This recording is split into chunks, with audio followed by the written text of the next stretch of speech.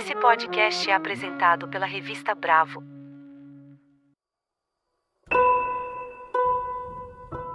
Olá, meu nome é Pedro Garcia de Moura e esse é o Emoção Criativa. O episódio de hoje vai ser uma retrospectiva dos temas tratados aqui que mais me impactaram e me transformaram nesse ano que chega ao fim. Afinal, o objetivo desse podcast é mergulhar profundamente em pessoas incríveis que estão conseguindo desbravar seus mundos interiores, enfrentando seus medos e trazendo obras impactantes e definidoras do Brasil contemporâneo. Pessoas que estão desenvolvendo linguagens que, por sua vez, acabam nos oferecendo ferramentas e vocabulários para que a gente possa compreender nós mesmos e o mundo à nossa volta. Pessoas visionárias e desbravadoras, criando espaços de representatividade e inspirando próximas gerações. Pessoas que estão em contato com as suas emoções e a sua essência, e que acharam um jeito único de dar vazão ao que tem dentro delas e de se descobrirem cada vez mais. Para quem não sabe, o método de emoção criativa surgiu como uma ferramenta para ajudar artistas com as suas carreiras. Eu trabalhei muito tempo como diretor de criação em agências de publicidade pelo mundo e também tenho um trabalho artístico chamado Cartier-Bresson, com fotos do cotidiano em legendas que misturam francês e português. Uma brincadeira com o nome da lenda da fotografia de rua, o francês Henri Cartier-Bresson. Acredito que dessa junção entre a arte e mercado, ou da comunicação, surgiu essa proposta de pensar estrategicamente numa carreira ou numa obra de uma maneira que ela pudesse estar alinhada com a essência de uma pessoa, ou da missão ou propósito, falando mais em linguagem de marca, e que isso pudesse ser comunicado da maneira mais potente possível. A premissa principal de como isso aconteceria é exatamente a mesma da ilustradora Luísa Souza, a nossa convidada do episódio 39. A potência mercadológica viria da conexão com a verdade artística, e não da busca por tendências ou para agradar o mercado. Esse método que eu desenvolvi consistia de perguntas com respostas objetivas, capazes de penetrar na subjetividade da pessoa. E isso só seria possível através da relação que a gente tem com a arte. A arte seria esse portal para penetrar no nosso mundo interior. Quando a gente é criança, a gente vai desenvolvendo comportamentos para ser aceitos, para ser amados, para não sofrer. A gente usa todo o nosso talento e sensibilidade para isso. Quando a gente vira adulto, a sensação é de que a nossa essência, o nosso artista, a nossa criança interior, estão soterrados por baixo dessas camadas, que a nossa sociedade, infelizmente, deposita em todos nós. Mas a especialidade da arte é penetrar nessas camadas e oferecer lampejos de quem está verdadeiramente embaixo disso tudo. A pergunta mais emblemática desse processo era qual o filme que você mais chorou na sua vida. Porque o filme, como uma arte que usa do visual, do tempo, da narrativa, da música e do som, consegue penetrar profundamente nas nossas defesas. Quanto mais descontrolado e surpreendente o choro, melhor. O objetivo do método, afinal, era destravar a criatividade, trazer para a consciência a essência, o propósito e transformar tudo isso em alcance. Um exemplo para deixar mais claro. Eu fiz o processo com uma ilustradora que estava bastante assoberbada pela maternidade dos seus filhos pequenos.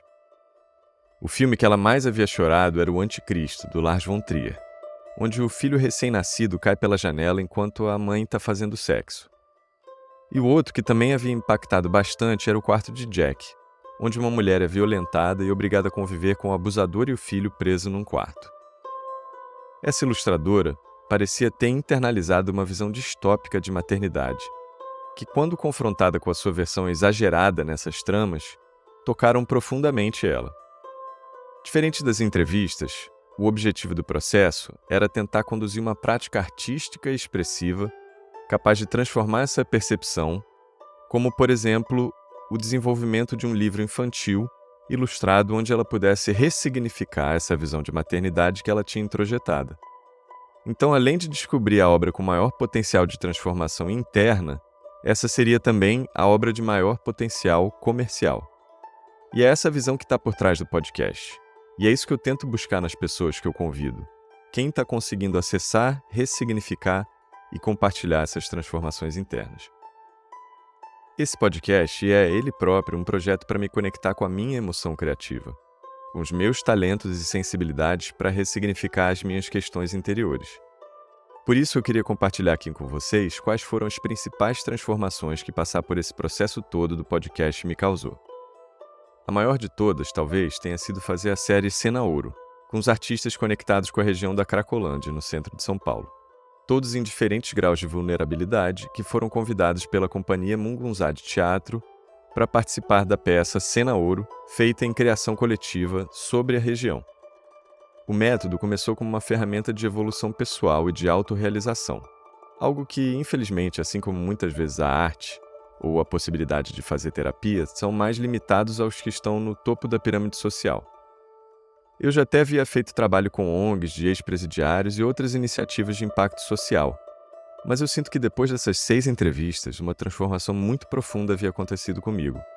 Um efeito parecido com a leitura de 2 livros que me marcaram profundamente. Em Busca de Sentido, do Viktor Frankl, onde o psicólogo judeu conta como é que foram os seus anos vivendo em um campo de concentração.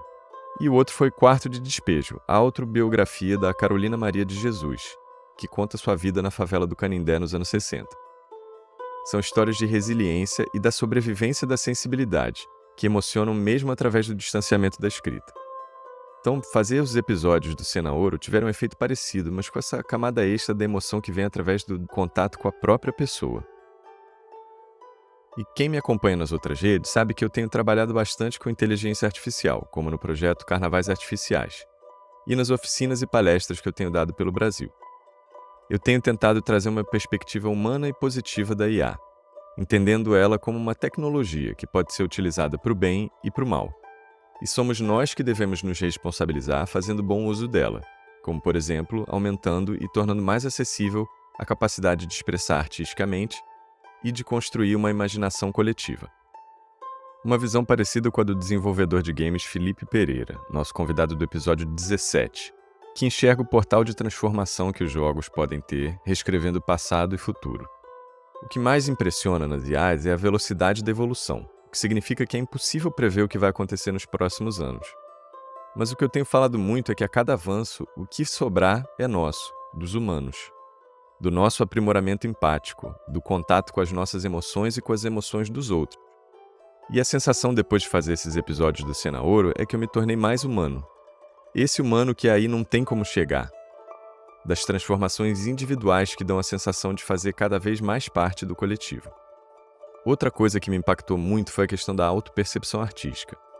Desde pessoas que já tinham uma certeza inabalável de serem artistas, como o ilustrador Pedro Vinícius, nosso entrevistado do episódio 26, ou até do extremo oposto, da não percepção artística do Chico Felitti, nosso entrevistado do episódio 36. Ou do processo de evolução da editora de moda Suyane Inayá, nossa entrevistada do episódio 30, que tem sido muito ajudada pelas pessoas que estão à sua volta e vão ampliando a sua visão de si mesma.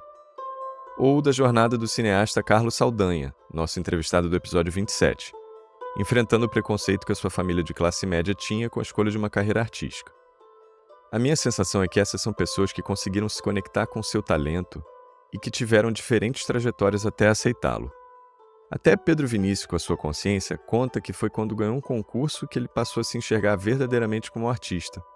O mesmo que aconteceu com o artista plástico Denilson Baniwa, nosso entrevistado do episódio 29.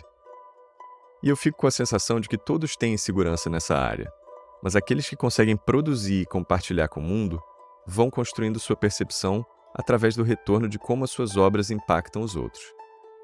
É claro que um dos impedimentos para essa produção e compartilhamento é o medo, geralmente o medo das críticas. E existem pessoas que já têm até uma predisposição para entender o caráter positivo delas, como é o caso da artista visual e tatuadora Malfeitona, nossa entrevistada do episódio 6, que já começou antes de qualquer um assumir no próprio nome que o seu trabalho não se propunha a ser bem feito. Mesmo com essa postura, ela passou por momentos de ataque intenso, onde teve que se ausentar das redes. Paula Cruz, a designer e ilustradora, nossa convidada do episódio 19, também tem uma relação muito forte com o erro, entendendo ele como essencial para suas explorações técnicas e no desenvolvimento das suas soluções. O meu trabalho sempre foi mais visual e textual, compartilhando indiretamente quem eu sou, e ainda por cima através de alter egos, como é o caso do Cartier-Bresson. Eu nunca me enxerguei como entrevistador, e esse podcast vem sendo um grande desafio para mim, enfrentando medos de se expor e de dizer o que eu penso. Por isso que, assim como a Cris Bart, nossa convidada do episódio 21, o retorno que eu tenho tido de ouvintes tem sido fundamental. Ainda no quesito medo, eu me dei conta de que algumas pessoas desenvolvem estratégias para silenciar o medo, como a ilustradora Luísa Souza, que criava prazos loucos para anestesiar o seu medo, ou até como a cantora Tereza Cristina, nossa entrevistada do episódio 24, que aproveitava essa sua vocação de ser do contra, ou afinal, como ela mesma diz, é vascaína, para estimular a enfrentar desafios. O tema da presença foi algo que eu percebi também como é fundamental para algumas pessoas, como a fotojornalista Gabriela Biló, nossa entrevistada do episódio 32, e a atriz Dira Paz, entrevistada no episódio 28. Ambas com uma visão filosófica muito profunda sobre presença. Quando eu penso sobre presença no meu dia a dia, além de me conectar com ela quando eu tiro minhas fotos na rua, durante as entrevistas eu fico com um modo muito intenso de resolver quebra-cabeça, tentando racionalizar todo o conteúdo emocional que está vindo durante a entrevista. E é isso que eu tenho percebido que tem conectado com muitos ouvintes, esse trazer para a consciência. Algo que parece ser a vocação principal do artista urbano Átila Fragoso, o Paulestinos, nosso entrevistado do episódio 34, com seus lambe-lambe poéticos pelo centro de São Paulo. Talvez também não tenha sido à toa que o episódio mais compartilhado e ouvido tenha sido da atriz Valentina Bandeira, nossa entrevistada do episódio 22, que também tem uma conexão muito forte da consciência com a expressão artística. Um outro aprendizado que eu tenho trazido para mim, e que está entre os muitos que eu tive durante a conversa com o Diogo Defante, o nosso entrevistado do episódio 33, além da sua paixão pelo aprendizado e pelo compartilhamento do processo, que a Suiane Nayá também é muito fã, é quando a sensibilidade artística também é utilizada na condução da própria vida. O Diogo é muito ligado em ritmo e imprevisibilidade, e assim também ele tem tomado as decisões da sua carreira e da sua vida.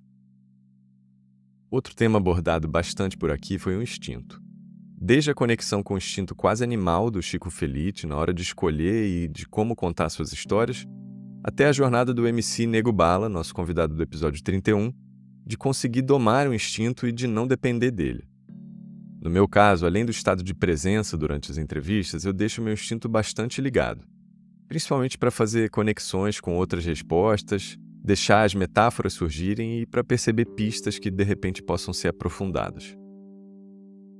Fazer um podcast de arte e conhecimento não chega a ser um tema muito popular.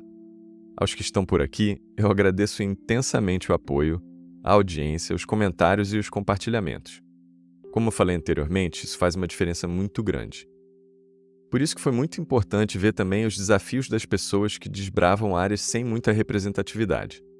Como o chefe Rodrigo Oliveira, nosso entrevistado do episódio 20, popularizando e criando uma linguagem contemporânea para a comida do sertão nordestino.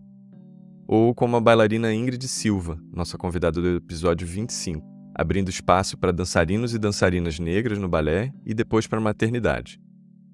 Ou da estilista Day Molina, nossa convidada do episódio 15, contando os desafios e a solidão de ser o primeiro nome indígena na moda contemporânea. Pessoas que estão oferecendo oportunidade para que muitas outras se enxerguem grandes.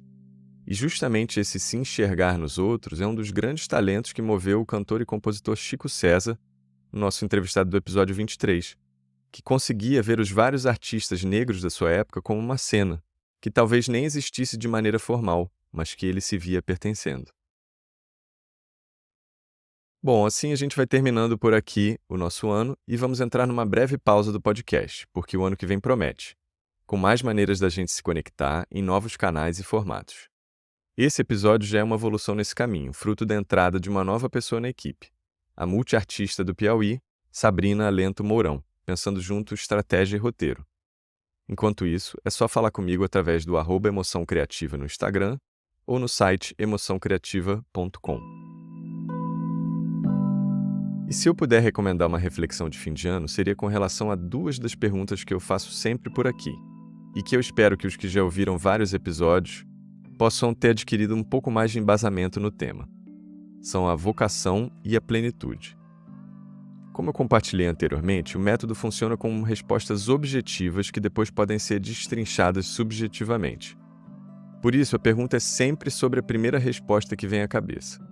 Qual é a primeira cena que a sua vocação se manifestou? Aquela cena em que a semente do que você entende como sua sensibilidade já estava se manifestando. Pensa a respeito dessa cena, o que será que ela quer dizer? Como é que ela se conecta com outros episódios importantes da sua vida? E a outra pergunta é sobre o momento de maior plenitude criativa, que seria quase como o resultado dessa semente da vocação florescendo. É claro que, como muitas flores raras, esse florescimento é efêmero. Mas eu acredito que com as técnicas de jardinagem que a gente está aprendendo juntos aqui, podemos conscientemente estar cada vez mais em contato com a nossa vocação e com o nosso propósito aqui nessa igualmente efêmera existência.